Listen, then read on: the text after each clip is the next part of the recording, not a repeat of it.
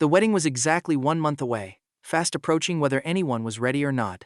Both families had already mailed out the invitations for my marriage to Seraphina Thorne. And yet there my whole family stood, gathered around the Thorne family's own version of that same invitation, staring at it in stunned, mind-boggled silence. The groom's name printed across the front wasn't mine. It was Caspian Sterling, Seraphina's precious childhood crush, her so-called white moonlight. The Thornes had written us off as unrefined new money hicks, too unpolished to ever belong in high society, hopelessly beneath the wealthy, well-established Sterling name. So they'd quietly decided to scrap the marriage altogether. What they had no idea about was that our family's business empire practically circled the entire globe, and this little homecoming trip was nothing more than a vacation to us. My older brother, Gideon, conjured a burlap sack out of thin air like a magic trick, already itching to call his crew and give Seraphina a hands-on lesson in manners. My father, his expression frozen solid as ice, dialed the true head of our corporate empire, the actual person calling the shots, my baby sister. "The weather's turning cold," he said. "Time for the Thornes to go bankrupt." My mother calmly pulled out the original marriage contract, the one old Master Thorne had practically begged us to sign, fully ready to march over and slap her former in-law across the face with it, turning the Thorne name into high society's biggest punchline. As for me, I just picked up the phone, dialed Seraphina's aunt, and asked casually, "The venue's booked, the invitations are printed, all I'm missing is a bride. You interested?" The Thorne family had already sent their invitations out publicly. That morning, my father strolled back from his walk, absolutely glowing, waving a gold-embossed red card in the air. My brother Gideon practically tripped over himself, rushing to see it. "Let me look. Let me see what Kaelen's wedding invitation looks like." My mother, beaming, took it from his hands and flipped it open. Instantly the color drained from her face, replaced by something like a gathering storm. "Honey, why isn't our son's name printed on this? How is that even possible?" My father froze in confusion. If it's a Thorne family invitation, who else could the groom possibly be but Kaelen? Their engagement had been personally decreed by old Master Thorne himself. My mother threw her hands up and slapped the invitation flat on the table. "Look for yourself. It says the groom is Caspian Sterling." "What?" My father stared at the card in disbelief, his face shifting into an unsettling shade of green. Have the Thornes completely lost their minds? The wedding's barely a month out, and they have the nerve to cancel it now? Gideon jumped in immediately. "They're not just canceling it, Dad. They swapped the groom entirely, and we're the only ones who had no clue. When has our Vance family ever been humiliated like this?" My father and brother stood there cursing up a storm, all their usual polish and gentlemanly composure thrown completely out the window. Gideon even dug up some battered old burlap sack from who knows where, fully prepared to pay Seraphina a very personal visit. I was the only one sprawled lazily on the couch, treating the whole spectacle like nothing more than a passing breeze. Honestly, if Seraphina hadn't been reasonably easy on the eyes, I never would have agreed to marry her in the first place. If they want out of the engagement, fine by me. The next one's bound to be cuter anyway. I put on my most exaggerated look of heartbreak and turned to my mother, well aware she ran this household. "Mom, the Thornes are clearly tossing us aside. Maybe we should just call off the engagement too." My mother, her face utterly blank, dug out the marriage contract old Master Thorne had written by hand. Half a year earlier, while my father was out chopping wood in the mountains behind our estate, he'd stumbled across old Master Thorne being ambushed by kidnappers and saved his life. To repay that debt, the stubborn old man had insisted, without room for argument, that his granddaughter marry me.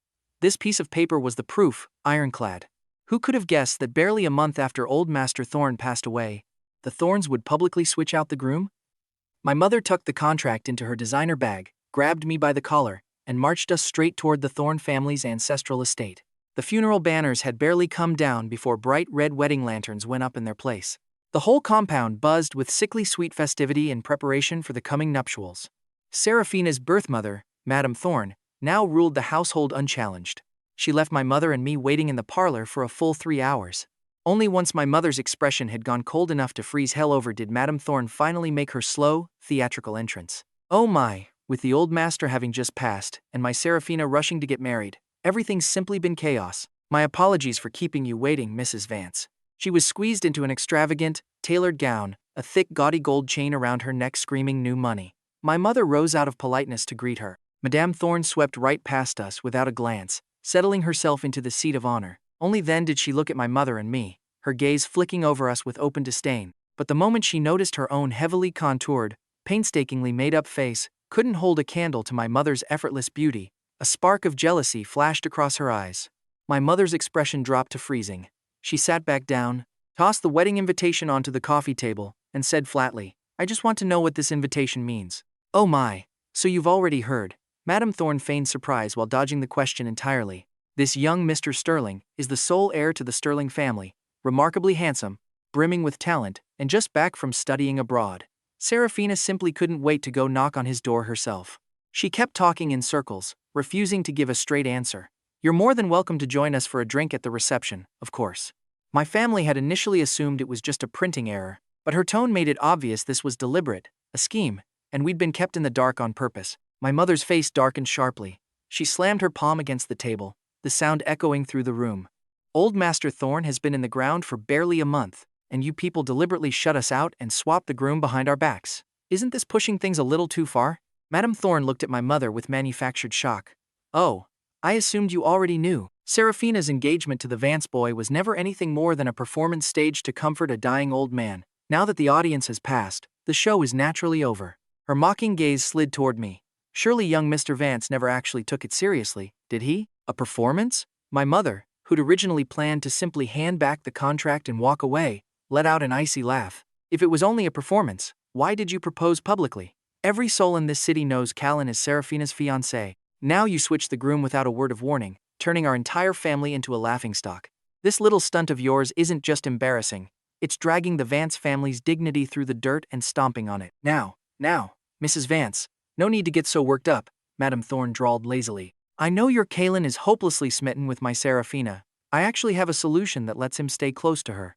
My eyes practically bulged out of my skull. Hold on, since when was I hopelessly smitten with Seraphina? If she hadn't had a decent face and played sweet and obedient, would I ever have agreed to this whole circus? Taking my mother's stunned silence as agreement, Madame Thorne pressed on, positively glowing with smugness. Once Seraphina and young Mr. Sterling marry, the two of them will move into their own estate.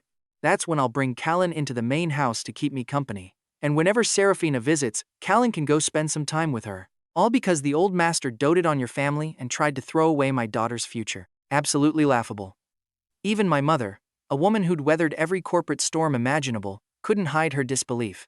You want my son to be your daughter's dirty little secret and serve you in the main house like some errand boy? The longer she spoke, the darker my mother's expression grew. Where does your family find the nerve? Has your Seraphina ever checked a mirror to see if she's even worth it? Absolutely not. If anyone in the Vance family, son or daughter, ends up someone's secret side piece, my husband will bury the entire Thorne family alive. Seraphina was Madame Thorne's only child, and in her deluded mind, every man alive wanted to marry her just to latch onto the Thorne fortune. Hearing my mother's blunt mockery, her smug smile cracked completely. The old master did say Seraphina should marry Kaelen, she snapped.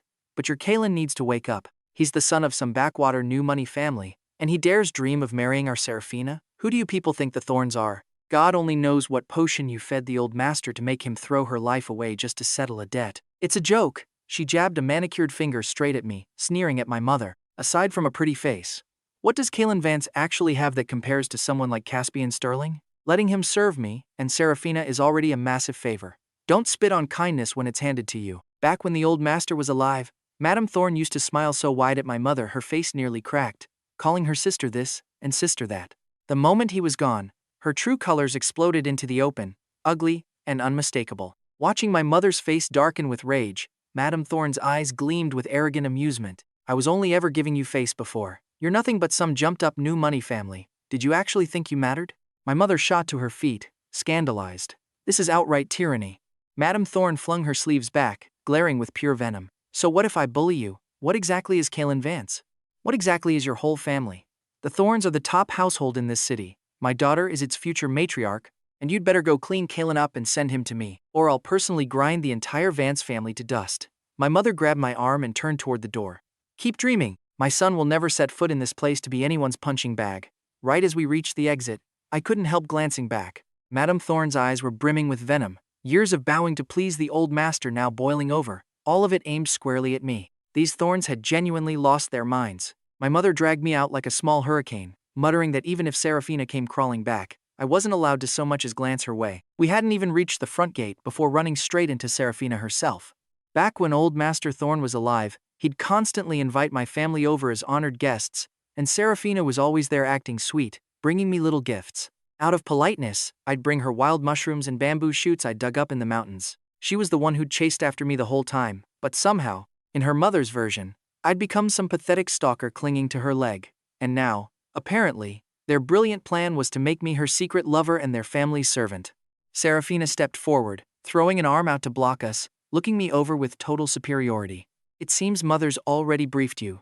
From now on, you'll live in the main house and serve her. But remember, whenever Caspian is around, you disappear and never let him see your face. Startled, I actually stumbled back a step, dodging her presumptuous stare. Sorry to disappoint, but I've already turned down your esteemed mother's offer. Go find someone else. To my surprise, Seraphina stepped even closer. Caspian is the Sterling family's only son. He'll be enormously useful in helping me control the entire Thorne Empire. You're just some rich peasant's kid. Letting you stay near me is already a huge favor. Caspian's generous. He's agreed to let me visit you 3 days a month. She said it with such self-satisfied confidence that my mother and I both stood there, utterly speechless. Seraphina, I cut in, raising my voice over her nonsense. When I agreed to marry you, I had no idea you already had a secret lover. Since you've swapped grooms anyway, let's just tear up the contract, live our separate lives, and never cross paths again. To my horror, she only frowned in cold, aristocratic irritation. Kaelen, throwing a tantrum is one thing, but know your limits. Reject me today, and who knows what accidents might befall the Vance family tomorrow. Was this girl actually unwell? She was threatening me outright. How had I never noticed this level of delusion in her before? My mother stepped between us, standing tall. Our family's threshold is clearly not built for people like yours. Don't worry, whoever ends up regretting this will regret it plenty. With that, she practically bulldozed past Seraphina, dragging me along, ignoring the girl's face turning black with fury behind us. The moment we got home, we found my father waiting with a face like an approaching thundercloud. What happened? Did someone rob you blind? My mother asked. These two had been together so long they practically shared one brain. My father let out a cold, humorless laugh, the kind that meant he was already 3 moves deep into some quiet retaliation plan. The press is already blasting the news of the Thorne Sterling wedding of the century all over the city, front pages and gossip columns alike. Everyone's laughing at Kaelen, saying he tried climbing the social ladder and landed flat on his face, with absolutely nothing to show for it, and no dignity left besides. My mother's freshly cooled anger boiled right back over. Those Thorne scumbags actually demanded Kaelen become her secret side piece and their family's personal errand boy on top of it. My father was so furious he rolled up his sleeves like he meant to wrestle a bear. Has that girl completely lost her mind, plotting against my son like this?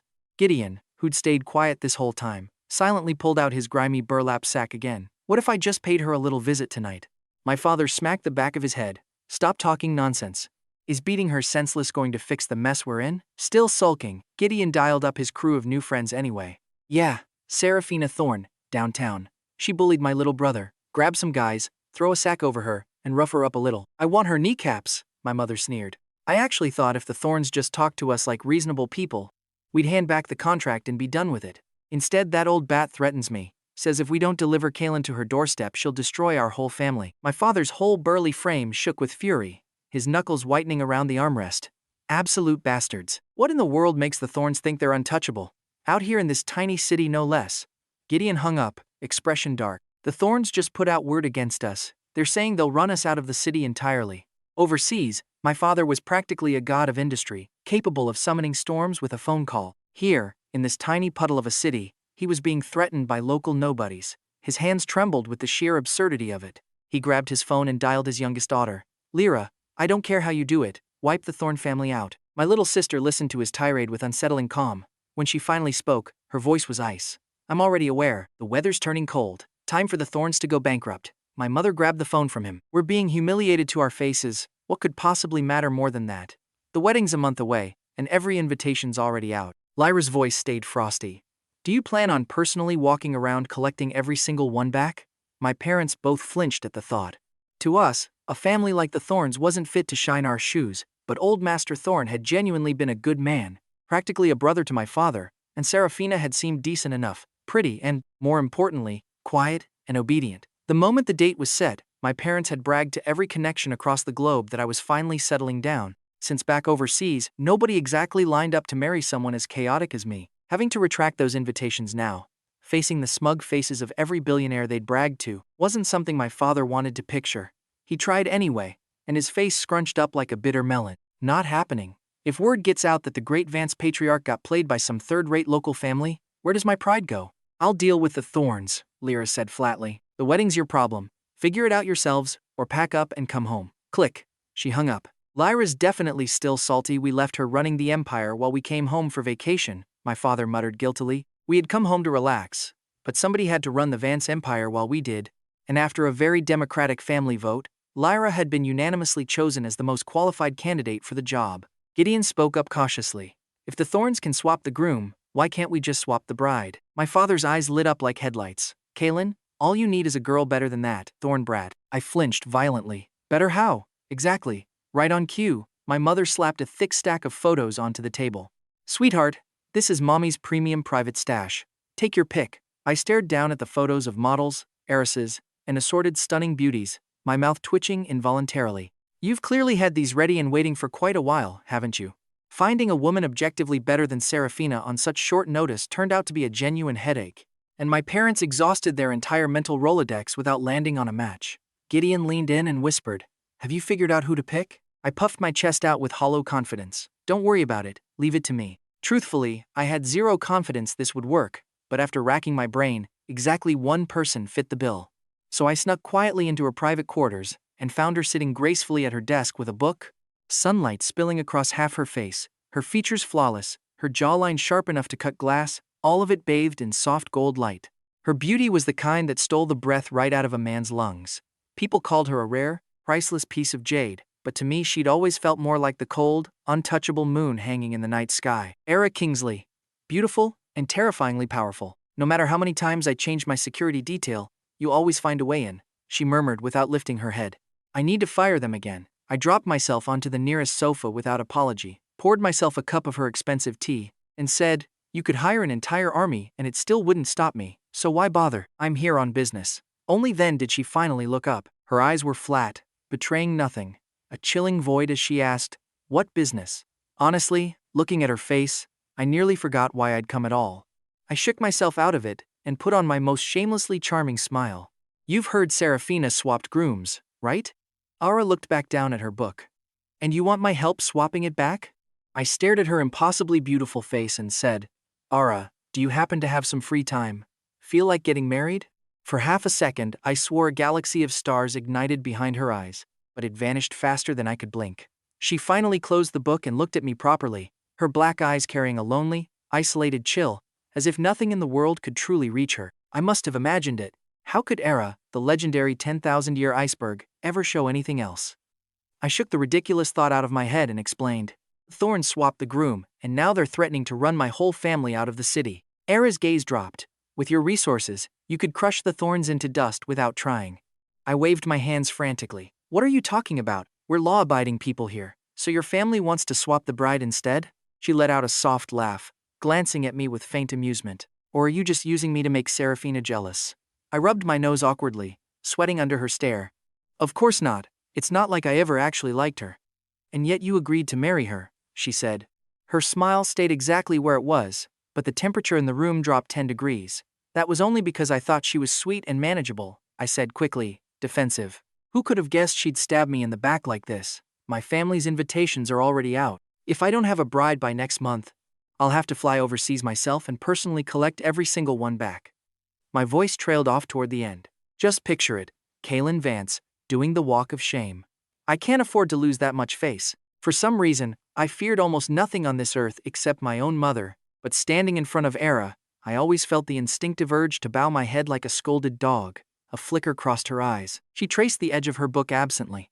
And what do I get out of this? Whatever you want. I'll agree to it, I said, my eyes lighting up like floodlights. And don't worry, we're just going through the motions. Once the noise dies down, we'll quietly announce a divorce. I promise I won't hold you back, and I definitely won't ruin your chances with whoever comes after. The instant those words left my mouth, the room turned cold enough to snap a polar bear in half. Elara was clearly furious, though I had no idea why. Her temper struck like an unannounced thunderstorm. My heart pounded. I'd already drafted 5 backup excuses, and was fully prepared to shamelessly beg on my knees when a faint sigh drifted down from above me. Go home. I'll take care of the arrangements. Her sudden agreement short-circuited my brain entirely. I stared at her, wide-eyed. Really? She looked up at me. Not leaving? Was there something else you wanted to discuss?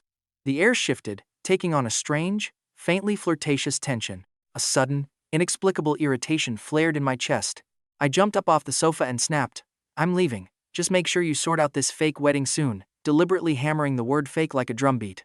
The second it left my mouth, I felt ridiculous. I yanked the door open and stormed out, and the bodyguard stationed outside stared at me like his eyeballs might pop loose. Kaelen, Elara called after me, still seated at her desk. Don't forget what you promised. You said I could have whatever I want. I threw a fierce glare back over my shoulder. I know. Stomping home, I muttered curses under my breath the whole way. Shameless woman. If anyone else asked her for a fake marriage, would she agree that fast too? Ridiculous. Truth be told, I'd first met Elara on a bitterly cold, snowy night the year before, one I still remembered in strange, vivid detail. I'd just wrapped up business at one of my venues and was heading back to my car when I found she'd somehow snuck into it. Her face was devastatingly beautiful, even soaked in blood, carrying an almost otherworldly fragility. It wasn't until after I'd saved her that I learned she was the newly appointed head of the Valerius family. Had I known that beforehand, I might have just let her freeze in the snow. Still grumbling, I kept walking toward home, but before I even reached the gate, a shrill scream tore through the air. You cheap little social climbers, clinging to our young miss without an ounce of shame. Have you people got any dignity at all?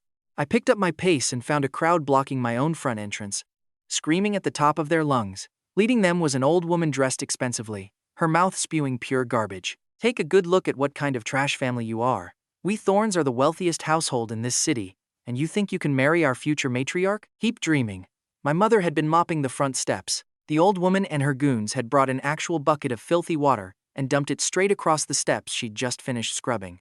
I was so stunned by the sheer nerve of it that my hand instinctively went for a weapon that wasn't there, since we were, annoyingly, back in a country with strict gun laws. My mother simply hoisted her wet mop like a battle axe and swung it straight at the woman's face, roaring, "If your mouth's that filthy, let me rinse it out for you." The woman clearly hadn't expected my mother to actually swing, and she scrambled backward shrieking, "Am I wrong? The wedding's cancelled and you're still harassing our young miss. If that's not shameless, what is?" My fists were shaking. The last person who dared curse at me like that had been cold in the ground for years. Neighbors, drawn out by all the noise, began stepping out one by one to watch the growing spectacle. Since we'd only recently moved into this villa from out in the mountains, we barely knew anyone here yet, and the onlookers started whispering to each other, throwing disdainful glances my way. I understood immediately. This old woman had been sent by the Thornes to publicly torch our reputation, turn the neighborhood against us, and force us to crawl back, begging for mercy so they could control us fully. A thoroughly toxic little scheme. Having dodged my mother's mop, the woman noticed her growing audience and shrieked even louder, "Everyone, be the judge. Our young miss is about to be married, and this Vance boy simply won't stop harassing her." He somehow talked our old master into handing him a priceless jade heirloom as an engagement gift. "I'm only here to reclaim what belongs to our family, and these thugs won't give it back." My mother, descended from a line of refined scholars, had never once brawled with a screaming stranger in the street before, and her hands trembled with fury. Sensing the crowd leaning her way, the old woman's words grew even more venomous. "Everyone knows our young miss is deeply in love with the sterling heir, fresh back from studying abroad, a genuine talent. This Vance boy isn't fit to clip his toenails. And what exactly is this heirloom you keep screaming about?" I asked, stepping up from behind, my face colder than ice. Spotting me, she jabbed a wrinkled finger at my nose. "The second young master, Madam has already said. Return the heirloom, and she'll forgive you for swindling the old master." I shot her a look so cold she choked mid-sentence and stumbled back a step. My gaze swept slowly across the gathered crowd as I spoke clearly. "You keep shouting that my family stole a Thorne family heirloom. Why don't you tell everyone here exactly what it is? If you can't, I'm calling the police and suing you for slander." I'm not slandering anyone," she stammered, visibly rattled at the mention of police. "When you were stalking our young miss and forcing her to marry you, you swindled the old master out of a floating flower jade pendant as an engagement token. That's our family heirloom. When old Master Thorne had sent over the marriage contract, it had indeed come with a jade pendant, and because it looked so cheap I'd tossed it into some random corner of the house without a second thought. Gideon had spent a while digging through the place before finally finding it wedged behind something, the box coated in a layer of dust thick enough to write in. I pulled the pendant out and held it up high for the whole crowd to see. "This it?" Yes, that's it." Madam showed me a photo. "Tell me you're not trying to steal our heirloom too." The old woman lunged, grabbing for the box. I sidestepped her easily, and held the jade up for the whole crowd to admire. A standard, low-grade floating flower jade pendant, honestly worth maybe a little over 100,000 at most. Nothing special at all. Wow, what a cheap little heirloom. A wave of loud, uncontrollable laughter rolled through the crowd, some people literally doubling over. Everyone knew perfectly well the Thornes were the richest family in the entire city, So calling this cheap little trinket a family heirloom was practically an insult to the public's intelligence. I tossed it back into the box and lobbed it straight at the woman's chest. I wouldn't be caught dead hoarding your family's garbage. Her face flushed crimson as she scrambled to catch it. What would you know? This was meant to be passed down to the future grandson-in-law. A punk like you can't grasp its real value. Being insulted over and over finally pushed my mother past her limit. She raised her mop again like a spear. Son, step back. Watch me rip this woman's filthy mouth off her face. I stepped in front of her, smiling calmly. Mom, if the Thornes traveled all this way to demand their things back, it's only fair we return the favor and hand them something equally worthless. My mother caught on instantly. She marched inside and came back with the marriage contract we'd been meaning to give back. I pulled a nosy-looking aunt out of the crowd and handed her the document. Auntie, why don't you read this out loud for everyone? Let's see exactly how I was clinging to the Thornes. Thrilled to be at the center of the gossip, the woman snatched the page and read at the top of her lungs. I, on behalf of my granddaughter Seraphina Thorne, beg for her hand in marriage to the Vance family's second son, Kaelen Vance. Oh my goodness, this is old Master Thorne's own handwriting. This is an official marriage contract. Did everyone hear that? I said, locking eyes with the now pale-faced old woman. Your own old master personally wrote this, begging me, Kaelen Vance, to marry her. This whole engagement was begged for by old Master Thorne himself. My family never once clung to yours. The aunt holding the contract scoffed openly at the old woman. Old Master Thorne's barely been gone a month, and you people are already burning bridges. Marrying someone else is one thing, but dragging a cheap piece of jade out here to ruin a young man's name. Without the old master, this family's really gone downhill. The murmurs around us shifted instantly, every finger now pointed at the sweating old woman. What do any of you know? She shouted, flailing her arms, dying on this hill. He's just some peasant, who knows what kind of witchcraft they used on the old master to make him listen to them. Witchcraft, I said, raising an eyebrow. This was only half a year ago. Does everyone here have the memory of a goldfish? When old Master Thorne was kidnapped and held for $100 million ransom, your precious madam, cried Poverty, and quietly waited for the kidnappers to finish him off so she could install her daughter as head of the family. Gasps rippled through the crowd, everyone leaning in to stockpile fresh gossip for dinner. You're making that up, the old woman said, visibly shaking. Making it up? I laughed. If old Master Thorne hadn't been tough enough to leap from a moving van despite his age and hide in the mountains behind our estate, he'd be dead already. Did whoever sent you mention that when my father carried him out of those mountains, he had several broken ribs and was one breath from starving? Or that Madame Thorne had to kneel by his hospital bed for 3 straight days just to keep him from cutting her out of the will? A literal life-saving debt? And you call that witchcraft? The Thornes are truly shameless. My unrelenting counterattack terrified the old woman. She jabbed a trembling finger at me. You vicious thug. You don't understand gentleness or respect at all. Who would ever marry a monster like you? I would. A voice as cold as glacial ice cut through the crowd before I could respond. The onlookers parted instantly like the Red Sea. A chauffeur wheeled Elara forward, seated elegantly in her wheelchair, straight into the center of it all. I raised an eyebrow. Had this woman actually followed me all the way here? The old woman staggered backward in horror. Young miss, why are you here? Young miss, 3 enormous question marks stacked up over my own head. Young miss, that the Thorne family has raised such ungrateful people is a genuine tragedy, Elara said calmly, looking straight at my parents. I wonder if I, heir Valerius, might step in and fulfill this marriage contract myself. Young miss, he's just some peasant boy. How could he possibly be worthy of someone like you? The old woman stammered, shaking so hard she looked like she was seizing, unable to meet Era's eyes.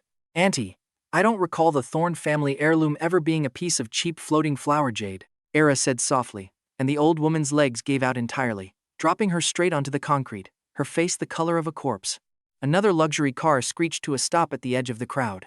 Era's assistant sprinted out clutching a velvet box and a long gift list, pushing through the spectators. President Valerius, your orders came too suddenly. I only had time to grab this one piece. The rest of the assets are still being sorted. He popped open the black velvet box to reveal a flawless, blindingly vivid imperial green jade scepter. Someone in the crowd let out an earth-shattering shriek. Isn't that the billion-dollar jade old Master Thorne won at that international auction? Indeed, Elara said. This was carved from the largest piece of jade my father ever purchased. This is the true Thorne family heirloom, and I'm using it to propose to Kaelen Vance. Right on cue, the assistant unrolled the gift list and read it out at a near shout.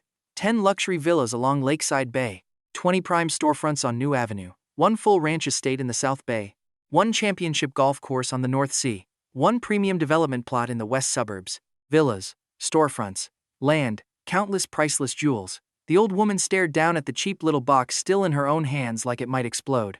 Just the items read aloud could buy tens of thousands of her jade pendants, let alone the priceless, near-mythical imperial scepter. She knew exactly what that meant, that when the legendary boulder had first been cut open, it had yielded the scepter along with several other raw stones, and even the leftover scraps had sold for a fortune. The crowd was practically hyperventilating at this point. That alone was wealth enough to make a saint drool with envy. And remember, this was only what had been hastily thrown together in 10 minutes flat. What about the rest? Ara sat in her wheelchair, and yet somehow seemed to tower over everyone present. I, Ara Valerius, formally ask for Kaelen Vance's hand in marriage. I wish to join our families, to share one lifetime as one couple, with no second thoughts. No, the old woman scrambled back to her feet violently. You're the old master's daughter. By rank he'd have called you his aunt. You can't marry him. My father's face went black. Brother Thorne and I were friends across generations. We called each other brothers. Why in the world would my son call his daughter aunt? Having said that, my father shot me a lethal glare before turning to Elara with a completely blank expression. All of you, inside, now. Once the three of us were shut inside the study, my father studied Elara for a long, uncomfortable moment with a completely unreadable face. Thank you for getting us out of that mess today, Miss Valerius. Let's just pretend the proposal never happened. As if she'd fully expected the rejection, Elara neatly volleyed the question straight back to me. Shouldn't Mr. Vance ask Kaelen first? Aren't his own thoughts the most important thing here? I broke out in a cold sweat. I could actually hear my father's breathing turning ragged. My mother elbowed him hard in the ribs, and he let out a cold snort. At the end of the day, you're still a Thorne. You can say all the right things, but who's to say you won't turn on us tomorrow? I'm willing, I cut in before he could finish. I'm willing to marry her. My father's face instantly went the color of a 1,000-year-old wool. In the end, my parents pulled Elara into the study alone and stationed Gideon outside to make sure I didn't eavesdrop. As if I'd ever eavesdrop. I sat in the living room, straining my ears as far as they'd physically stretch. Gideon slid onto the couch beside me, grinning wickedly. Damn, Kaelen, quite the player you are. One girl dumps you and you immediately turn around and marry her aunt. Shut up, I shoved him away. Her last name is Valerius? How was I supposed to know she was related to Seraphina? Honestly, I'd only ever known she used her mother's maiden name. I had no idea her father was a Thorne. But just imagining that after this wedding Seraphina would technically have to call me uncle filled me with a deep, dark satisfaction. Gideon leaned in closer. Valerius, though, how do you even know her well enough to make her publicly demand marriage? You've got some real skills, brother. When I ignored him, he just kept going anyway. She's got everything, background, money, and she's almost as good looking as me. Shame about her legs though. Half a year earlier, when she'd hidden in my car, she'd been covered in serious trauma wounds, frozen in the snow so long her blood had practically turned to ice. I've always been a sucker for beautiful things, so I dragged her straight to the hospital. She woke up mid-drive in a panic, fighting me tooth and nail, refusing to go anywhere near a hospital, even trying to throw herself out of the moving car. With no other option, I brought her home instead and called our family doctor to patch her up. But by the time we got to her legs, the feeling was already gone for good. I rolled my eyes at Gideon. Stop gossiping. What do you think Mom and Dad are saying in there, trying to pay her off to leave me alone? Gideon thought it over. God, Dad's unhinged enough to actually try that. But the Valerius family's just as rich as ours. Would she even blink if he threw half the Vance fortune at her? He suddenly froze, eyeing me with deep suspicion. Kaelen, you didn't do something inappropriate to her, did you? I nearly choked on my tea, eyes darting around guiltily. Bro, do I seem like that kind of guy to you? You absolutely are. Ever since she walked in, your eyes have been glued to her face, he said, looking at me with genuine disgust. A wave of guilt washed over me. Look, you can't really blame me. Erara's got a face that could start wars. If she'd been average-looking, I would have just dumped her back in the snow and let fate decide. A while later, my mother stormed out of the study, radiating pure, undiluted murderous intent, and I nearly jumped clean out of my skin. Something bad was clearly about to happen. Sure enough, she grabbed the nearest broom and swung it straight at me. Gideon heroically dove forward and tackled her legs. Mom, let's use our words. He's just made the mistake every man makes at some point. Of course, she couldn't actually bring herself to hit me, and with Gideon holding her back, she lowered the broom slowly. You're always covering for him. Do you even know what he did? We've shielded him his whole life, and once he's married, who's supposed to protect him then? It can't be that bad, right? Gideon asked, horrified. Just a little romance. Surely. My mother let out a chilling laugh. He climbed into her bed. It's far too late for excuses now. Gideon immediately released her legs and stepped back with a deadpan expression. Please, proceed. This one needs serious re-education. That's not what happened, I shrieked. I was just exhausted that one night and forgot she was even in the house. It was a huge misunderstanding. Misunderstanding? My mother sneered. She's standing at our door demanding you take responsibility. So tell me, what's the plan? Well, since I'd already hired the actress, I figured I might as well finish the play, even if it killed me. I puffed my chest out with heroic resignation. Fine, if that's how it is, I'll just settle down and take responsibility for her. You will not settle, my father barked, storming out of the study just in time to catch my brilliant performance, his face like ice. No son of mine settles for anything. If you don't want to marry her, nobody on earth can force you, Gideon added helpfully from the sidelines. Even if he stays single forever, we can afford to feed him. Watching my father and brother treat Ara like some kind of predatory schemer, I blurted out fast, I want to. I'm not settling, I actually want this. My mother dropped the broom and shot my father an icy look. You blind old fool, can't you see these two have been head over heels for each other this whole time? Then she turned to Ara with a warm smile. Stay for dinner, dear. I'd love to, Ara replied gently. Was I hallucinating? Since when did her voice turn that sweet? Dinner itself was a full psychological thriller. My father and Gideon tried their absolute hardest to drink her under the table, basically implying that refusing a drink meant disrespecting her future father-in-law and brother-in-law. Meanwhile, my mother, between pores, ran what amounted to a full background check, dredging up every piece of buried family history the Valerius name carried, including the forbidden Romeo and Juliet-style romance between Era's mother and old Master Thorne.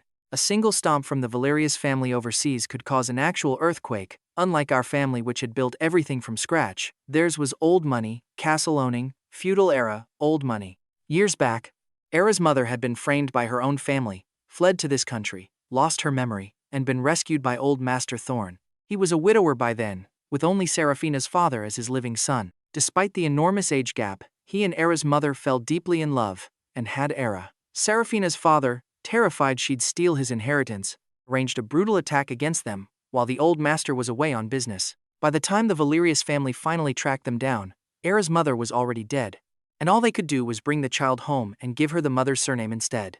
Only a small handful of elites knew this story at all, and out of respect, or fear, of the Valerius name, nobody ever dared breathe a word of it. My father suddenly set his chopsticks down hard against the table, his face utterly without warmth.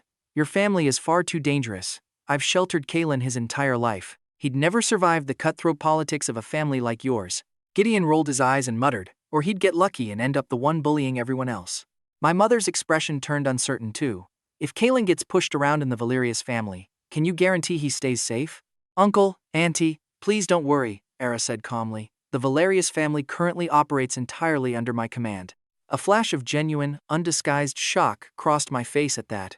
A year ago, she'd been bleeding out in the back of my car, half frozen and barely conscious, and now here she was, having purged her own clan entirely and seized absolute, total control of it. She held my parents' gaze and made a solemn vow. Once Kaelen and I are married, he'll stand as co-head of the Valerius family beside me. He is my one and only husband, and I swear before heaven I will love no one else for the rest of my life. I turned to look at her, and something strange rippled through my chest hearing those words. Her acting deserved an award. Thoroughly intrigued, Gideon leaned in. So how exactly did you two meet, that he'd demand marriage from you? You've clearly got some serious charm. My father's death glare locked back onto Era instantly, staring at her like she'd kidnapped his precious son. Terrified further questions would blow our cover, I hijacked the conversation myself, dramatically retelling how we first met, conveniently skipping the part where I'd basically forced her into this fake wedding earlier that same day, out of fear for my own kneecaps. My father's face cycled from green to red. He knocked back a shot, glaring hard at Era. If you liked him this long, why didn't you show up sooner? You let those scumbags slander him in public. Era's gaze drifted toward me. At the time the Valerius family was drowning in betrayal from within and enemies from without, countless people wanted me dead. How could I have dragged Kaelen into that? Hearing my own name in her mouth carried a strange, aching longing. By the time I'd cleared every threat, he'd already agreed to marry someone else. I assumed he loved her, so watching from a distance seemed like enough. I never expected them to treat him so viciously. That's why I'm here now, she said, delivering her final vow. Uncle, Auntie, please don't worry. Kaelen saved my life once, and I'm willing to place everything I own into his hands. In this lifetime I will never betray him. I stared into the dark depths of her eyes, and felt myself drowning in something that looked a lot like real affection. For one fleeting second, my heart genuinely skipped. My father's expression stayed stormy, but my mother's face lit up with pure delight. Era was the perfect daughter-in-law, gorgeous, absurdly wealthy, and, best of all, apparently helplessly obsessed with me. Next to her, Seraphina was a speck of dust trying to outshine the moon. By the end of dinner, the deal was sealed. Meanwhile, my shirt was soaked through with cold sweat. One more question, and I might have started believing Era actually loved me too. After dinner, my mother practically shoved me out the door, insisting I drive Elara home myself to build our emotional connection. The second I got in the car, my posture collapsed. That dinner alone had probably taken 3 years off my life. I glanced at Elara, a little tipsy in the seat beside me. "First time I've seen you drink that much," I said. She lifted her gaze, a faint blush coloring her usually icy features, warming her whole face. "I'm happy today," she said. My eyes drifted down to her legs. "Have you seen anyone about your legs lately?" "Constantly," she murmured, which meant zero progress. A wave of pity hit me looking at her, such a devastatingly beautiful woman, and such a tragic waste. Curious, I asked what exactly my parents had said to her in the study. The usual glacial cold in her eyes melted into something like warm spring water. "Your mother asked exactly how much I love you," she said. My eyes went wide. "And what did you tell her?" She didn't answer, just turned to look out the window instead. I followed her gaze, the moon unusually bright that night, the breeze carrying the night air mixed with the faint scent of alcohol drifting off her, leaving me oddly intoxicated myself. Just as she rolled her window down for air, a sketchy van sped up and swerved hard, cutting my car off entirely. A group of burly men in ski masks jumped out, brandishing heavy steel pipes. The ambush sobered me up instantly, snapping every ounce of drowsiness right out of my system. I glanced at Elara. "Here for you?" She narrowed her eyes, tapping one finger idly against her knee. "Perhaps for you. I haven't broken any laws. Why would they be after me?" I shouted, stepping out of the car. "Who the hell are you people?" Nobody answered. One of them swung his pipe straight at my shoulder. I dodged back easily, and the pipe crashed down onto my car's hood instead, caving in a tragic 10-inch dent in my poor little Beetle. My easy smile vanished. I glared at the men circling me. "I try being reasonable and you don't listen?" Another swung his pipe and shattered my side mirror to prove a point. My mood went glacial. "This car is extremely expensive. Can any of you actually afford the repair bill?" Before I even finished the sentence, another pipe smashed straight into my windshield, the glass splintering into a massive spiderweb. The men burst out laughing, taunting me, wondering what a pretty boy like me could possibly do about it, waving their pipes around. I let out a dark laugh, cracked my knuckles, and walked right at them, driving a kick straight into one man's chest. "Are you deaf? Absolute morons. I told you this car was expensive. Get on your knees and apologize to my Beetle right now." By the time Erara's assistant showed up with backup, the masked thugs had long since lost their masks, their faces beaten to swollen pulp, all kneeling in a neat row, sobbing apologies to my battered car. "We're so sorry, second young master, Vance, please forgive us." The assistant just stared for a solid minute at me holding a bloodied pipe with a manic grin, before finally saying, "I'll take it from here." "Good," I said, tossing the pipe aside, and instantly reverting to my usual polite self. "Make sure they pay to restore my Beetle to factory condition." The assistant ordered his men to haul the groaning thugs away, then helped Elara into another car. Since mine was wrecked and she was worried I'd be targeted again, she insisted on escorting me all the way home. My parents were baffled seeing me arrive back again with an escort, but after hearing the assistant's explanation, a heavy silence settled over the room. My father finally spoke, his voice ice cold. "Even if the person Kaelen loves has no powerful background, she cannot be a burden. I won't accept someone who, faced with real danger, can only sit helplessly in a car waiting for my son to save her." Those words landed like daggers straight into Elara. What good was her terrifying empire, her absolute power, when those men were swinging pipes at my head, and all she could do was sit frozen in that car, waiting for me to fight them off? I wanted to defend her, but my mother grabbed my arm and hauled me inside. As the door clicked shut behind us, I heard my father say coldly, "If the person beside him is going to keep being that dangerous while lacking even the basic ability to protect herself, I will never allow Kaelen to marry her." My last glimpse of Elara was of her sitting alone in that wheelchair, head bowed in total silence. I looked cautiously at my father's furious expression. In my entire life I'd never seen him this dead serious. "Dad, her legs are injured. It's not like she chose to be helpless. Aren't you being a little too harsh on her? Boys grow up and forget their families." My mother sneered from the side. Neither of them spared me another glance as they marched off to bed. I could only shuffle back to my own room, feeling Gideon's sympathetic stare burning into my back the whole way. I figured I'd wait until their anger cooled by morning, then smooth things over and put in a good word for Elara. But when I woke up, my parents were nowhere in sight, and by the third time I tried to leave the house and found Gideon physically blocking the door, the terrifying truth finally hit me. I was grounded. They'd even assigned Gideon to guard duty specifically, to keep me from sneaking off to find her. They smashed my car first. I was acting in self-defense. Why am I the one being punished? For an entire agonizing week, I tried every trick I knew, every excuse, every bribe, and never once made it past the front gate. Worse still, Elara hadn't come to visit me a single time in all those long, dragging days. Had she changed her mind? Gotten cold feet about the whole fake marriage? According to Gideon's wildly dramatized updates, Elara had handed every masked thug straight to the police with instructions to make sure they got special attention, then traced the whole thing back to its source, a local crime family flexing muscle, hoping to teach the newly returned heiress a lesson so she'd keep quiet in their city. Unfortunately for them, they'd run straight into me instead. And in a fit of apocalyptic fury, Elara had annihilated and absorbed their entire syndicate. High society finally woke up to just how terrifying Miss Valerius's power really was. And combined with the juicy gossip of the Thorne family swapping grooms, the city's elite had been feasting on drama for a solid week straight. I lay in bed, thoroughly heartbroken, threatening a hunger strike as my final act of protest.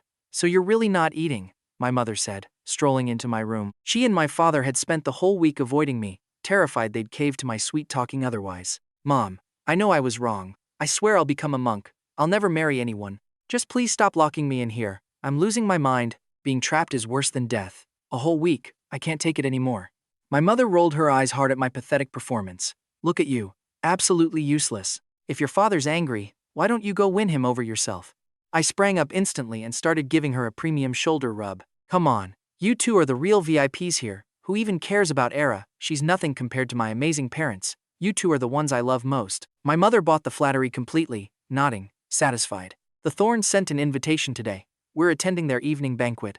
I raised an eyebrow, surprised. "Seraphina actually has the nerve to invite us. Isn't she worried we'll smash the place up?" Thanks to the recent PR disaster, the Thornes were throwing a massive banquet at their estate to save face. The whole point being to formally introduce and legitimize Caspian Sterling, his first official appearance since returning from abroad. With the Thornes hosting, essentially everyone who mattered in the city showed up.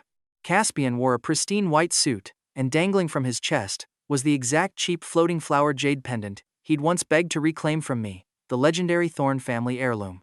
Wine glass in hand, he stood soaking in the neon light and the sycophantic praise of the other wealthy heirs, looking thoroughly pleased with himself. The moment my mother and I entered the hall, every eye in the room locked onto us. I tilted my head toward her. "What's wrong with these people?" She glanced down at my suit. "That suit is a custom masterpiece from a designer who hasn't personally made anything in years, flown in overnight by Elara as an apology, not something money can normally buy. I just thought it looked good. No idea I was wearing the equivalent of a house down payment." Once the banquet started, my mother vanished to do whatever it is she does, and since I'd skipped lunch out of protest, my stomach was practically eating itself. I made a beeline for the buffet, ready to feast, but there's always one person determined to ruin a perfectly good meal. Caspian Sterling strutted over, raising his glass. "Young Mr. Vance, I'm truly so sorry. Seraphina and I are deeply in love, but I never imagined she'd hurt you this badly just to be with me." He took one look at my suit and a flash of pure jealousy crossed his face before he quickly reset into a wounded, apologetic look. "I really am sorry. I can compensate you. Name your price. Whatever you want." Instantly, the whole hall's attention swung our way, whispers buzzing like a hive. "Why is he even here? Is he trying to win Miss Thorne back? She's already got Mr. Sterling. Why would she look twice at him? A peasant like that is obviously just here to gold dig. Everyone watch your daughters. He might try to snatch one up. If he dares, I'll break his other leg too," I muttered, digging a finger in my ear. God knows why Seraphina invited us, but my family hadn't done anything wrong, and skipping it would have just gotten us branded cowards. Still, I hadn't come here to be anyone's punching bag either. I raised my juice glass toward Caspian. "Keep the compensation. Honestly, I should be thanking you." Caspian froze. My total refusal to play along completely derailed his script. "Thank me? For what?" "For showing up and making me realize Seraphina's a backstabbing, ungrateful snake. Honestly, I'd suggest you break things off with her now. Who knows when she'll pull the same stunt on you." "How dare you talk like that?" one of Caspian's cronies barked. "Caspian was kind enough to offer compensation, and you have the nerve to tell him to break up before his own wedding. What a toxic heart you have. No wonder Miss Thorne dumped you." I raised an eyebrow and lifted my glass again. Sure. Whatever you say. I truly wish you both a long, happy life, and I hope 1 month before your own wedding, your bride doesn't suddenly swap you out for someone kinder without a word of warning." The crony opened his mouth, then shut it, speechless. No matter how anyone spun it, the Thorne family was clearly in the wrong here, especially with the physical marriage contract sitting as proof. "I'm sorry. I genuinely didn't know Seraphina had kept it from you," Caspian said, and seeing the crowd swelling, he ramped his performance up further, apologizing louder. "If you're angry, we can call off the engagement. Wait until you've forgiven us." "No, absolutely not." I waved my hands frantically. "You two must stay together forever. If it takes me getting on my knees and begging for your forgiveness, I'll do it." Caspian suddenly cried out, tears welling in his eyes, acting like he was about to drop to his knees right there in front of me. Caspian, before his knees even touched the floor, was swept into a dramatic embrace. Caspian, this isn't your fault. You don't owe him an apology, Seraphina cried, clutching him, her eyes overflowing with theatrical heartbreak. Seraphina, I just want Kaelen to forgive me, just want his blessing, Caspian wailed, burying his face against her, wringing every ounce of sympathy from the room. Kaelen Vance, if you've got a problem, take it out on me, Seraphina said, shielding him like a bodyguard. Caspian is innocent, and even if he didn't exist, I still wouldn't marry you. Watching her ridiculous, self-righteous display, I actually snorted out loud, then lowered my voice into a mock whisper. Hey, Seraphina, did your maid not bring back the marriage contract? What? She said, not quite catching it. I cleared my throat and cranked the volume up instead. I said, did your maid not return the marriage contract? 3 layers of gossiping guests practically tripped over each other, trying to listen in. Seraphina's face twisted into something demonic. Kaelen, keep your voice down, she hissed. What? Can't hear you, I boomed like a foghorn. I told your maid to hand back the contract along with that pathetically cheap heirloom pendant. Did she not mention it? I'm the one who dumped you, Seraphina. I don't want you anymore. A collective gasp rippled through the hall. Her face went completely green. Stop talking. Shut your mouth. Back then my father was just being a decent human being, carrying your half-dead, starving grandfather to the hospital and covering his bills. That small favor was hardly worth your grandfather getting down on his knees begging me to marry you. Shut up. Kaelen, shut your mouth. She was panicking now, though with hundreds of guests watching she didn't dare lunge across the room to physically silence me. I flashed her a blinding, angelic smile, and she let out a tiny sigh of relief. Right before I sucked in a huge breath and roared, I said I already dumped you. So stop trying to force me into being your secret lover and your mother's personal errand boy. The Vance men would rather bleed out than accept that kind of humiliation. That can't be real. The Thornes would never stoop that low. He has to be lying. Oh my God. Has this family lost its mind? Breaking an engagement and then trying to keep him as a pet. Is that contract even genuine? I was there that day. I saw it. That's old Master Thorne's own handwriting. No question. Society really is falling apart, dumping him publicly, and then trying to smear him with some cheap piece of jade. Without the old master they're finished. The whispers rapidly curdled into pointed fingers and open mockery, all aimed squarely at Seraphina and Caspian, their faces cycling through every shade of ugly. Unable to withstand the weight of public humiliation, the pair tucked tail and fled the hall entirely. Before disappearing, Seraphina shot me one look of pure homicidal fury, and I gave it right back. For shameless people like her, you have to hit hard enough that they never show their face again. Having secured total victory, nobody at the banquet dared approach me for the rest of the night, and I happily ate my fill in peace. Just as I clapped my hands together, ready to find my mother and head home, a waiter suddenly crashed into me, sending red wine splashing across my chest and ruining the priceless custom suit in one instant. I'm so sorry. I didn't mean it, the waiter stammered, shaking like a leaf. I'll cover the cleaning. Why are you so clumsy? Madame Thorne materialized out of nowhere, glaring daggers at him. Take our guest to clean up immediately. Find him something fresh to wear. No need, I said, patting my ruined jacket, smiling at her. I'm full anyway. Time for me to head home. Letting a guest leave in stained clothes would be a disgrace to Thorne hospitality, she snapped, her face darkening. Sir, please come with me. There are fresh clothes in the dressing room, the waiter said, voice trembling, shooting me a desperate, pleading look, his scarred hands twisting together nervously. If I refused, Madame Thorne would probably make his life hell for it. Fine. Thank you, I said, and he practically melted with gratitude. Right this way, second young master. The room's just over here. He led me down a winding hallway, and about halfway through it became obvious this wasn't the way to the guest quarters. Back when old Master Thorne was alive, I'd wandered this estate constantly, and I had a near photographic memory for its layout. I never took a wrong turn twice. I played along anyway, quietly following, and he led me to the most isolated room at the very end of the first floor. You can rest here, sir. Just call if you need anything, he said, keeping his eyes down as he pulled the door shut behind me. I scanned the room immediately, every detail of it, cataloging possible exits out of pure habit. Windows bolted shut, blackout curtains drawn tight, the lights dimmed to an eerie glow, the air thick with a sickly sweet floral scent that gave me an instant, throbbing headache. I tried the door, locked from the outside. Whoever planned this had clearly thought it through. Kaelen, you're here, a voice said from behind me. Seraphina emerged from the inner bedroom wearing nothing but a loosely tied robe, more cleavage than fabric, reeking of alcohol. I was genuinely stunned by the sheer nerve of it. How much had she had to drink? I stepped back cautiously. Seraphina, What exactly are you trying to do here? Her eyes raked over me with undisguised hunger. Doesn't Kaelen already know what I want? I dodged as she lunged, keeping a strict 10-foot buffer between us. I didn't know you could be this shameless. She laughed, wild and arrogant. Kaelen, you were always supposed to be mine. How does that crippled bastard get to steal what belongs to me? I frowned in disgust. Does Caspian know you're doing this? Caspian is very open-minded. He doesn't mind if I keep other men around, she said, lunging again. I sidestepped her clumsily. You two really are perfect for each other. Kaelen, marrying him is purely business. His family helps me seize the Thorne Empire. The Vance family's useless to me, but emotionally, I only ever loved you. Her eyes burned with a feverish glow, consumed by the need to reclaim me. Don't worry. I'll treat you so well.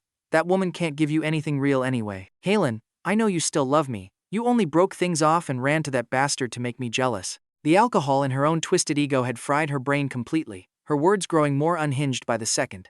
Just wait until I crush her into the dirt and take over the thorns. I'll bring you straight back to my side, day and night. Exactly how deluded was this woman, thinking she could ever compete with someone like Elara, and what brain damage had convinced me she was ever sweet and obedient? While I stood there questioning my past decisions, she lunged forward and actually caught my wrist. Revolted, I yanked my hand free instantly. Great, now I need sanitizer. Good boy, Kaelen.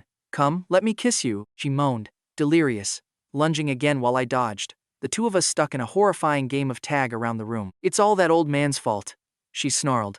He actually thought I wasn't worthy of inheriting anything, wanted to hand it all to that bastard instead. But look who's really in charge now. He's dead. The Thorne family is mine, and you are mine. The sickly scent in the air kept thickening steadily, filling the whole room, impossible to ignore now.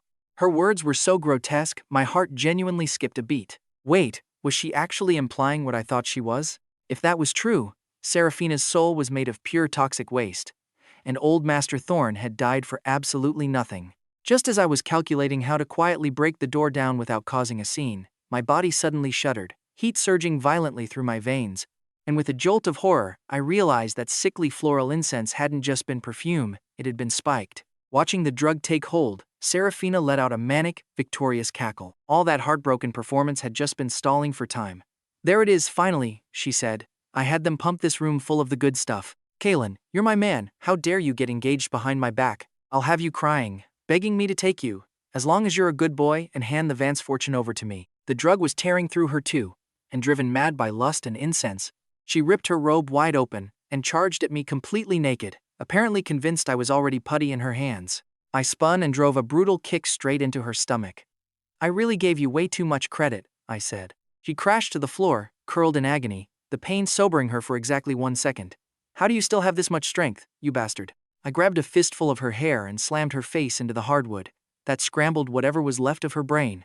She tried to fight back, but I had her locked down completely. No amount of thrashing was going to free her. I yanked her head back and slammed it down a few more times until she was sobbing and wailing, and only then did the murderous rage in my chest finally ease. If we weren't in a country with strict laws, trash like her would have already been fed to the wolves. I wiped my hands off in disgust, looking down at her writhing on the floor. Are you even human? That was your own grandfather. But the drug had her again, and completely gone now, she moaned. Good boy Kaelen. Come kiss me, I'll let you be the main husband. Shut your mouth, I said, grabbing her head and slamming it into the floor one final time. Her nose broke with a crack, and she finally went limp, twitching pathetically. I felt somewhat better, but dealing with her hadn't cured me. My own temperature was still climbing, heat pulsing through me in terrifying waves. I couldn't stay in that room. The main door was bolted from outside, so dizzy and stumbling, I pried the back window open and vaulted through it, grateful it was only the first floor or I'd have broken both legs on landing. The estate grounds were eerily silent that night, unnervingly so. Seraphina must have cleared every guard out of this entire section ahead of time, which made for a perfect, if unsettling, escape route. But the farther I walked, the dizzier I became. Terrified I'd collapse in a bush and get myself kidnapped, I scrambled blindly over the nearest courtyard wall. Who's there? A sharp voice snapped from the dark, and a wave of lethal intent locked onto me hard enough to raise the hair on my arms. The sheer terror gave me one brief flash of clarity, and I looked up to find Elara sitting quietly in the courtyard. My legs gave out beneath me. The killing intent vanished instantly, and she rolled her wheelchair forward. Kaelen, what are you doing out here? The next second I threw my whole body forward, crashing into her lap, wrapping around her like I was drowning. Help me, I said, grabbing her collar and pressing my mouth to hers. My brain completely offline by then. that psychotic incense making me feel like I was burning alive from the inside. She froze in shock, then looked at me with a kind of agonized restraint. Kaelen, do you understand what you're doing right now? Do you know who I am? I know, I said. Please, for our friendship, just help me, practically rubbing against her like a desperate stray. Elara, please. But the Ice Queen didn't move an inch, her cold eyes staring straight through me. Clinging to the last microscopic thread of sanity I had left, I forced myself back off her. Fine, never mind, I'll figure something else out. Before the words even finished, leaving my mouth, her hand shot out, gripping the back of my neck, pulling me down until our foreheads touched, her eyes flashing dangerously. Who else were you going to find, Seraphina? Her cold lips crashed into mine the next instant, and it felt like a supernova had gone off somewhere behind my ribs. Unlike anything I'd ever felt in my life, I lifted her into my arms, kicked open the nearest door, and carried us both to the bed, and let's just say that bed frame got thoroughly, repeatedly tested. I never knew this kind of happiness existed, especially looking down and finding her staring back up at me with tears shining in her eyes. I nearly combusted on the spot. I deeply regretted every past decision. If I'd known it could be this good, I'd have shamelessly attached myself to her side ages ago. When I finally surfaced back into my own head, I had to face the horrifying fact that I'd behaved like an absolute animal for 2 straight hours, and seeing her still flushed and furious, I couldn't help myself and pulled her back in for a third round. By the end, she was actually crying, and I'm fairly certain if I hadn't stopped there she would have killed me. Thoroughly satisfied, I sprawled across the bed holding her close, soaking in the afterglow. Once I sobered up completely, Elara had already reclaimed her usual icy composure, and my face burned with embarrassment as I sat up slowly, my ruined custom suit crumpled somewhere on the floor. She stared at me, eyes practically firing lasers of murderous intent. Explain, she said. What happened? Honestly, I felt deeply wronged. If I'd run into any woman besides Elara that night, the consequences would have been catastrophic. I rattled off every detail of the banquet and the trap like a machine gun, and watching her expression shift into a small, dangerous smile, I knew, whenever Elara smiled like that, someone was about to have a very bad day. Meanwhile, the banquet was winding down, everyone comfortably buzzed. I'd slipped out earlier, changed into a plain, forgettable suit, and taken up a spot in a dark corner where nobody noticed me. Madame, I just saw the second young Master Graves sneaking into the room where Mr. Vance is resting. A high-pitched, theatrical scream cut through the hall, nearly making me drop my slice of cake. I squinted. Wasn't that the trembling little waiter from earlier? He looked genuinely panic-stricken. Mr. Graves threatened to kill me if I told anyone, but Mr. Vance is still in there. I had to warn you. Second, young Master Percival Graves, the most notorious playboy in the city, gambling, partying, and famously interested in absolutely everyone. Mutiny! How dare they commit such filth in my own estate, Madame Thorne shrieked, waving her hand and leading a whole mob of elite guests toward the guest wing, dripping with self-righteous fury, and I quietly tagged along at the very back of the crowd. That's when I noticed my mother had been sneaking along behind me too. I shot her a look. Where did you even go? She glared right back. I spent 2 hours looking for you, thought you'd been kidnapped.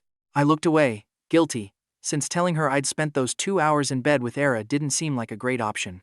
By the time the mob reached the guest room door, they could already hear high-pitched, passionate moans spilling out from inside, and the whole group, worldly enough to recognize the sound instantly, clapped their hands over their mouths, whispering furiously. Madame Thorne feigned shock, announcing loudly, "Is Kaelen Vance really in there?" The waiter nodded fast.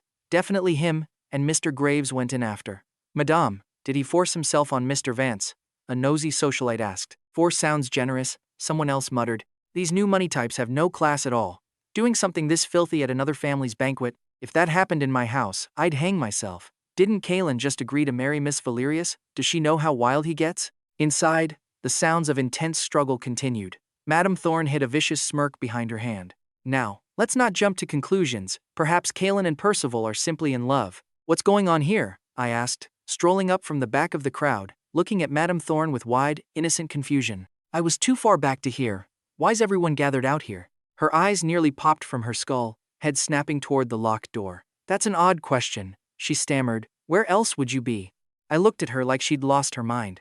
It was stuffy inside, so I stepped out for some air in the garden. Why's everyone crowded around this door?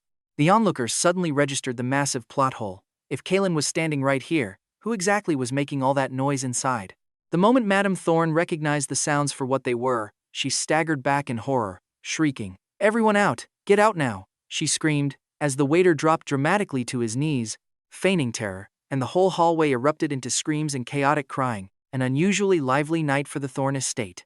The scandal tore through high society like a bomb going off in the middle of a crowded room. A mother throws a mob together to publicly humiliate her daughter's ex-fiancé, only to kick down a door and find her own daughter being thoroughly ravished by her brand new one instead.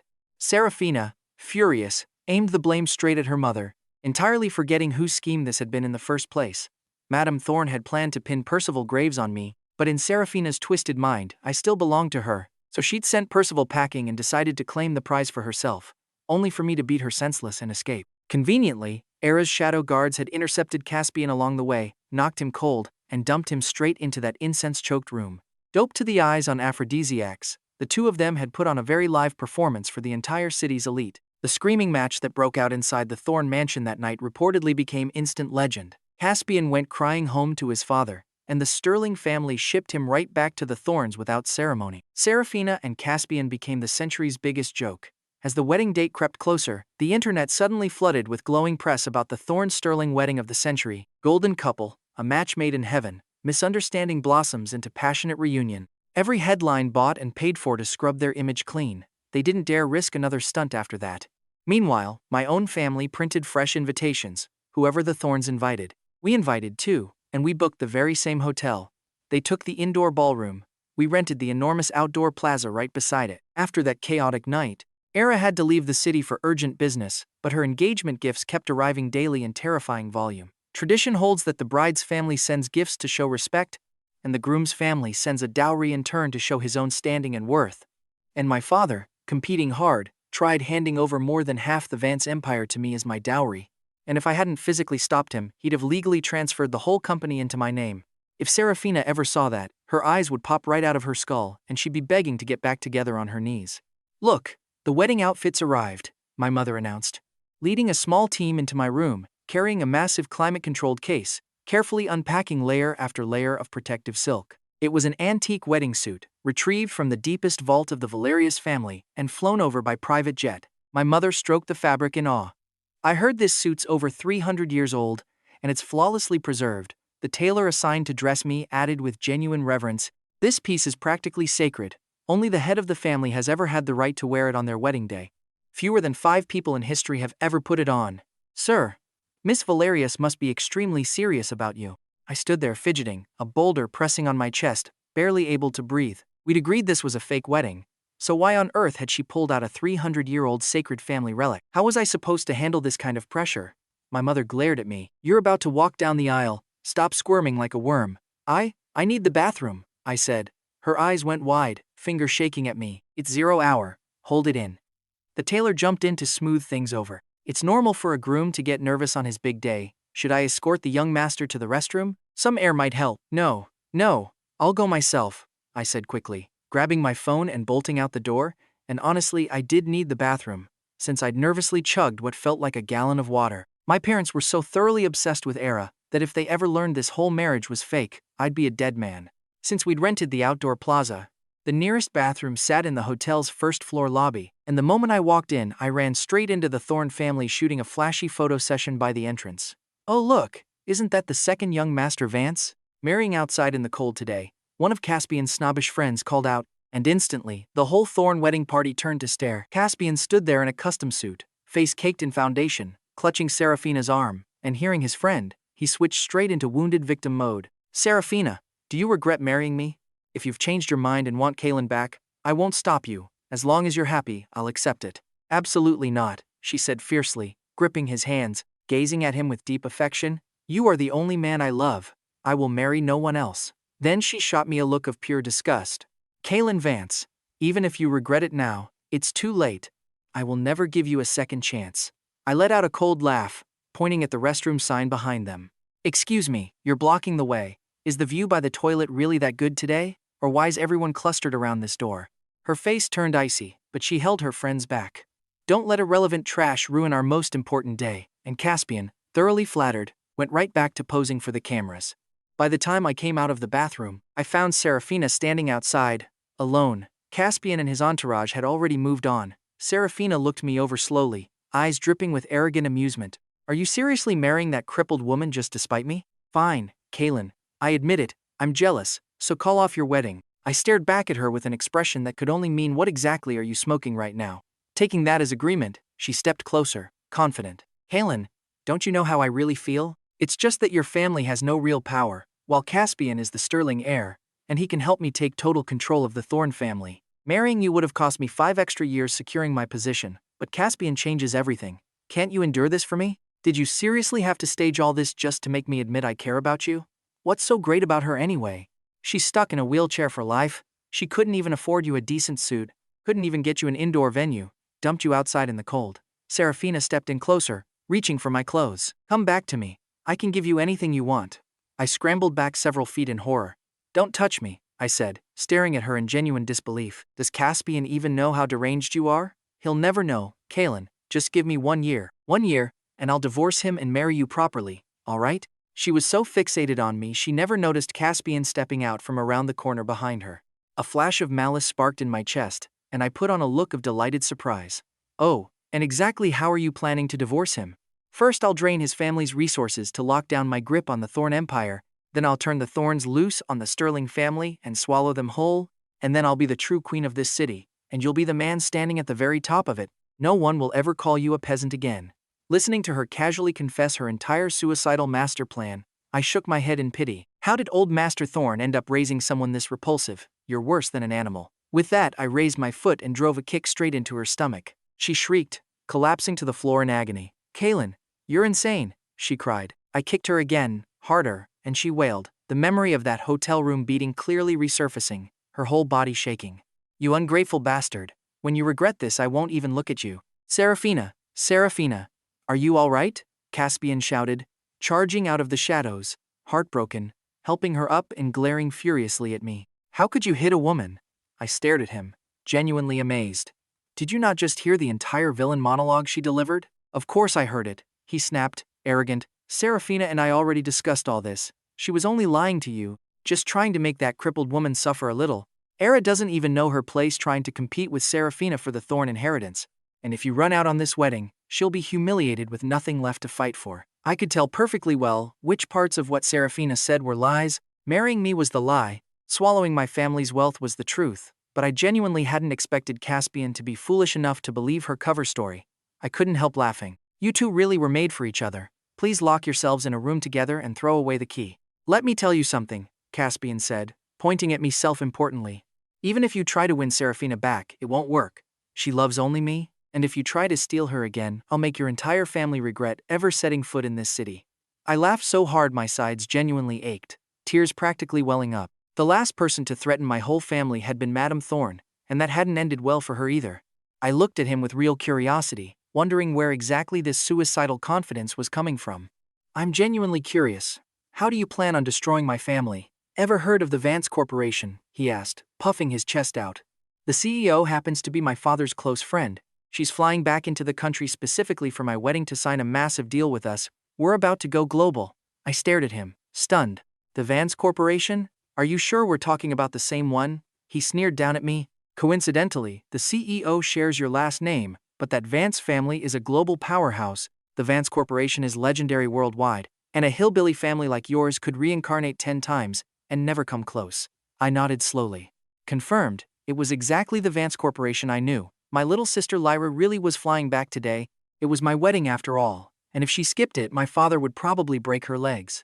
Our family was fiercely protective of each other, and after everything the Thorns and Sterlings had put us through, it would honestly be a miracle if Lyra didn't reduce them both to rubble. The Vance CEO's convoy is almost here. Madame Thorne came sprinting out of the ballroom, drenched in sweat. Hurry, quickly. And Seraphina and Caspian forgot I existed entirely, sprinting straight for the entrance.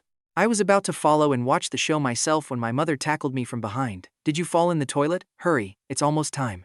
Wait, Lyra's here, I pleaded, grabbing her arm. That's ice cold, ruthless. Lyra, I want to see this. Even if God himself showed up, you're not delaying this wedding, my mother snapped, dragging me back to our tent by the ear. The moment I got inside, a whole army of attendants swarmed me, stuffing me into the antique suit and pinning me to a chair while a makeup artist attacked my face with brushes.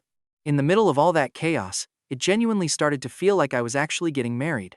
President Vance, you've finally arrived? Caspian's father gushed, bowing nearly 90 degrees to a stunning 20-year-old woman stepping out of a Rolls-Royce. Seraphina froze. Why did this woman look so familiar? Seraphina, hurry over here, her father hissed, pulling her forward with a sycophantic grin. This is the Vance Corporation CEO I've told you about. Only 20, and already built an empire. Seraphina bowed low, offering her hand. Hello, President Vance. I'm Seraphina Thorne. Lyra looked her up and down, a sharply sarcastic smile playing at her mouth. I've heard quite a lot about you, Miss Thorne, and seeing you in person, you're certainly unique. Seraphina felt distinctly uneasy. This girl was younger than her, yet spoke like a disappointed elder. But remembering the sheer weight of the Vance Corporation's name, she swallowed her pride.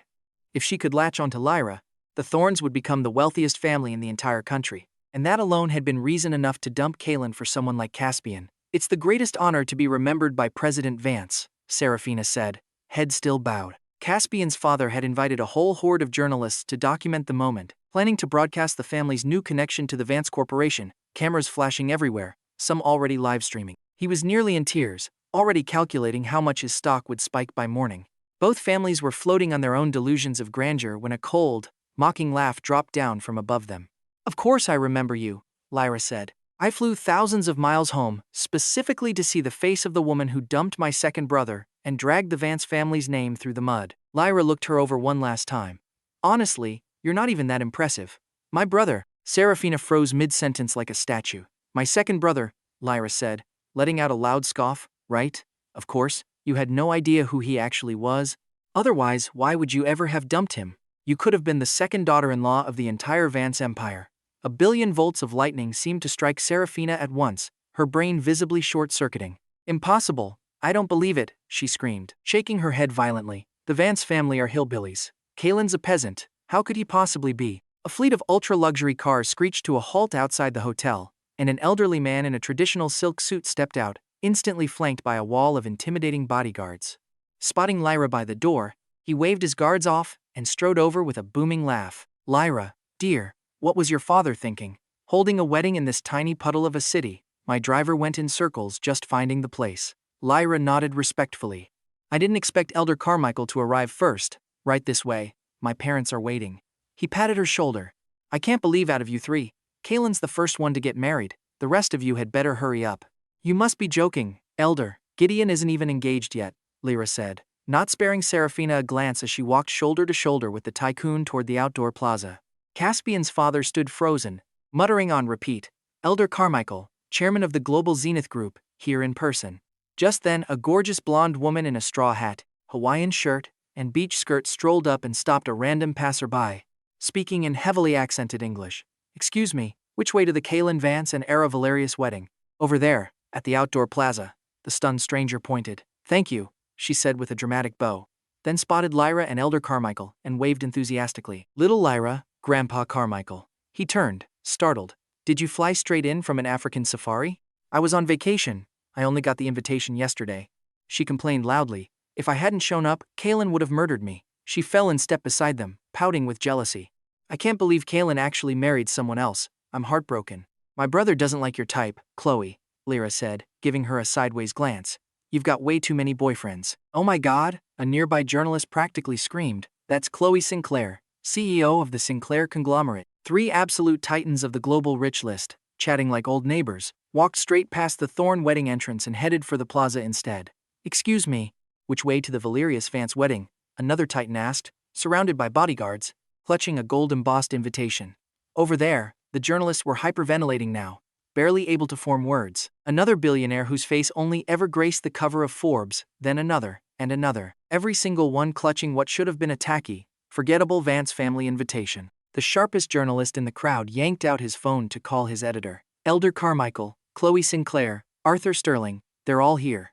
The editor, midway through dressing for the Thorne wedding, dropped his phone in confusion. Oh my God, that's Josephine Vanderbilt too, the journalist shrieked into the line. The editor scrambled to retrieve the phone. Who did you say? The Vance heirs, the peasant boy the Thornes dumped is actually heir to the Vance Corporation. The editor stood frozen for a full 3 seconds before bolting straight out the door. Get me a Vance family invitation now. I'm covering the Vance wedding. Front page, print everything. Within the hour, the news detonated across the entire city's high society like a shockwave nobody saw coming. People tore their houses apart, dug through trash cans, desperate to recover the Vance invitations they'd carelessly thrown out just days earlier. Those who found theirs laughed like lottery winners. Those who couldn't wept actual tears. Security around my wedding plaza was locked down like a fortress. I swear I had an invitation. I just misplaced it. Please. One word. Mr. Vance will vouch for me. Someone begged. Another chimed in. I'm the aunt who read the marriage contract aloud. We go way back. The bodyguards stood like statues, unmoved. No invitation, no entry. Inside their own vast, empty indoor ballroom, the Thornes and Sterling stood in deafening silence. Caspian's father's legs gave out beneath him, and he collapsed.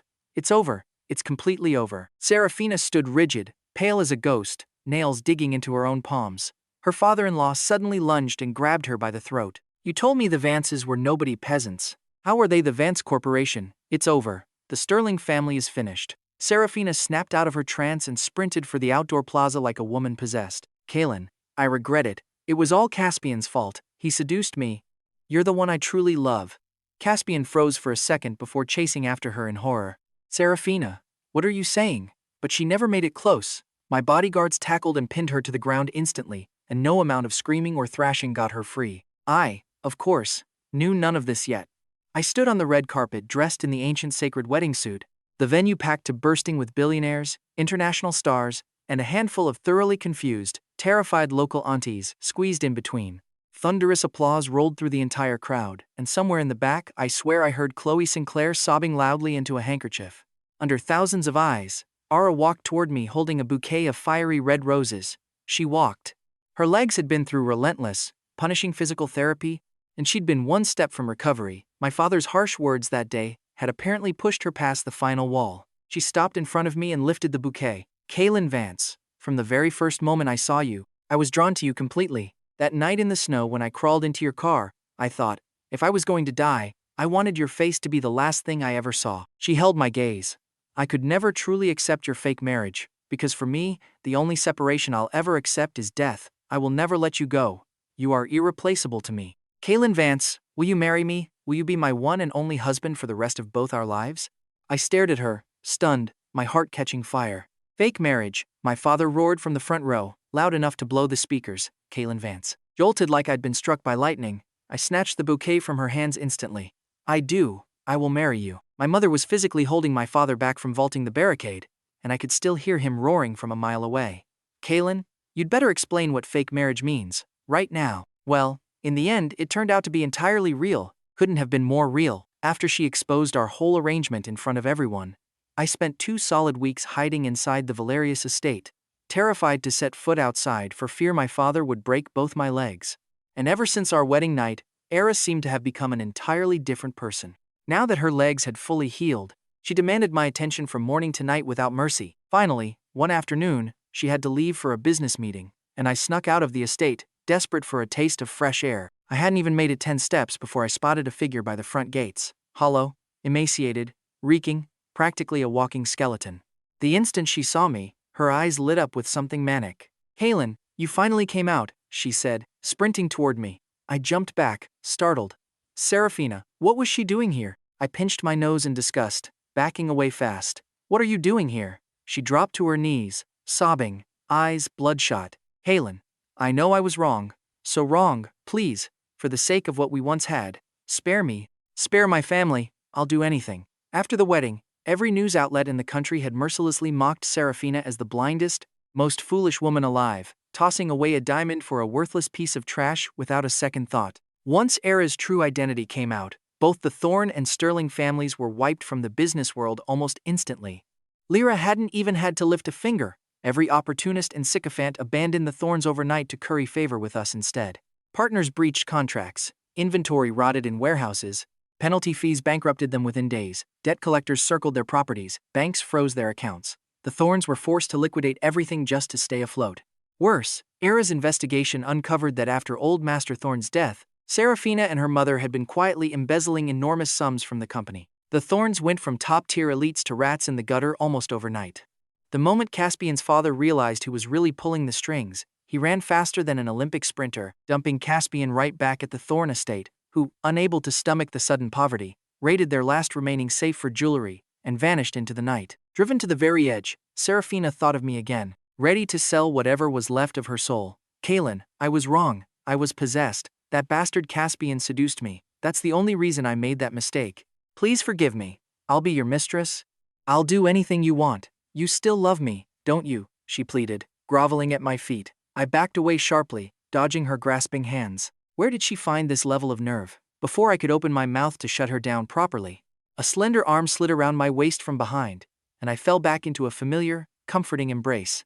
Elara looked down at the woman on her knees with a cold sneer. Miss Thorne, crawling to my husband's doorstep to offer herself as a side piece. It seems the Thorne family hasn't suffered nearly enough yet. Seraphina opened her mouth to protest, but a police cruiser screeched to a stop right beside us, plainclothes detective stepping out with a warrant already in hand. Seraphina Thorne, you're the prime suspect in the murder of Master Shukai, Old Master Thorne. Come with us.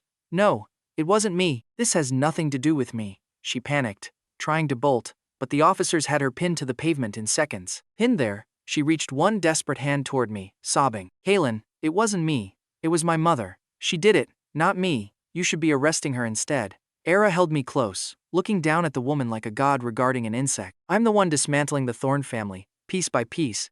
Every single person who ever bullied my mother will pay their price one by one. You and your mother are only the first. Even though I'd long suspected the truth about how Old Master Thorne died, watching Seraphina behave like this still sent a chill down my spine, even now, showing zero remorse. It wasn't me, she screamed. She framed me. Arrest her instead. Elara let out an icy laugh. Stubborn to the very end, that old man was truly cursed to have raised a monster like you. Every piece of evidence against you and your mother is already with the authorities. The Thorne family is finished, completely over. Seraphina went limp, a look of shattered despair washing over her before they dragged her into the back of the cruiser. As for me, Elara hauled me straight back into the bedroom and threw me onto the massive bed, hovering over me with a dangerous glint in her eyes. Still like her? A shiver ran down my spine at the sight of her. My back was already screaming, and my calves were cramping badly, but I shook my head so fast it nearly came loose from my neck entirely, swearing undying loyalty on the spot. Of course not. Seraphina's literal garbage. How could she ever compare to my wife? My wife is the most beautiful, powerful woman in the entire universe. Really, she said, slowly loosening my tie, unbuttoning my shirt, one button at a time, looking every bit like a predator, knees sinking into the mattress as she crawled closer, a cold, sharp smile forming. Then why did you agree to marry her in the first place? Internally, I screamed. She'd asked me that exact question every single day since our wedding night, and every time I answered it, I paid for it. Thinking of my poor abused spine, I gave her the most pitiful look I could manage. Because you hadn't come into my life yet, whoever I was marrying, it didn't matter who, I was just settling. Her expression darkened, her smile sharpening further. I had no idea the legendary Kaelen Vance was the type to just settle, she said. I rolled off the bed and bolted for the door, figuring if I ran fast enough my back might survive the night. The next instant, I was tackled straight back onto the mattress, a warm, fragrant weight pinning me down, her voice dangerously low against my ear, raising 1,000 goosebumps. Run? Where exactly did you think you'd go? I stared up at the crystal chandelier shaking violently overhead, realizing I was once again trapped in an exhausting, inescapable vortex of love. It wasn't that I didn't enjoy it, it was just too much. I was completely spent, lost track of time entirely, my brain reduced to mush. Elara, meanwhile, looked thoroughly pleased with herself, glowing with health as she curled against my chest. Kaelen, let's have a baby, she murmured. Once we have a little Kaelen, your parents will be far too happy playing grandparents to break your legs. That snapped me straight back to reality. I flipped her onto her back, pinning her with the look of a man walking willingly into his own execution. Well, what are we waiting for then? Bring it on.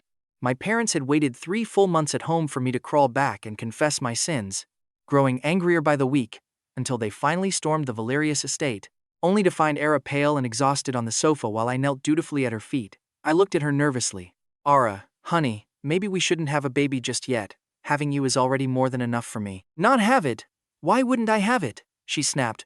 Once this baby's born, your parents won't dare break your legs anymore. She suddenly rolled over, grabbed a trash can, and started dry heaving, and I patted her back frantically, my heart aching. My mother slapped my father so hard, he winced in pain, then jumped 3 feet straight into the air, shrieking, I'm going to be a grandmother. My father fought hard to keep his stern, patriarchal composure, but his eyes were already shooting off fireworks of pure joy. The Vance family had officially gained its newest heir.